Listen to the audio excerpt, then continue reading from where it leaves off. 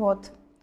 Mana bugun Yashnobodda ham shamollaganlar o'zim boshchiligimda keldilar. Mana ayolimiz yo'talyaptilar. Yo'talganliklari xususida mana jigarrang выделение kelib boshlagan. Qizlar shamollasanglar, yo'tal boshlansa, darhol terapevtga murojaat qilinglar. Ko'rib, yo'talni to'xtatish kerak. Yo'tal bola uchun xavfli. Birinchidan matkada tonus chaqiradi. Tonus chaqirganda matka mushak organ tonus bo'ladi baribir dedik, lekin sheykamizda qisqarish chaqirib qo'yishi mumkin. Bu birinchisi.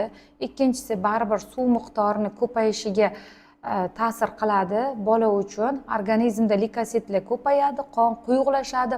Bir necha xil o'zgarishlar bo'ladi. Xo'p, biza shamollasak, baribir общий aylanib yuruvchi qon hisobiga bolada ham o'zgarishlar bo'ladi.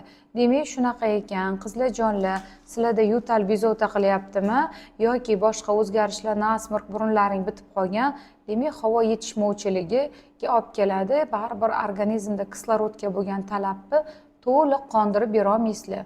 Shunday ekan, sizlarga lorga va terapevtga murojaat qilinglar.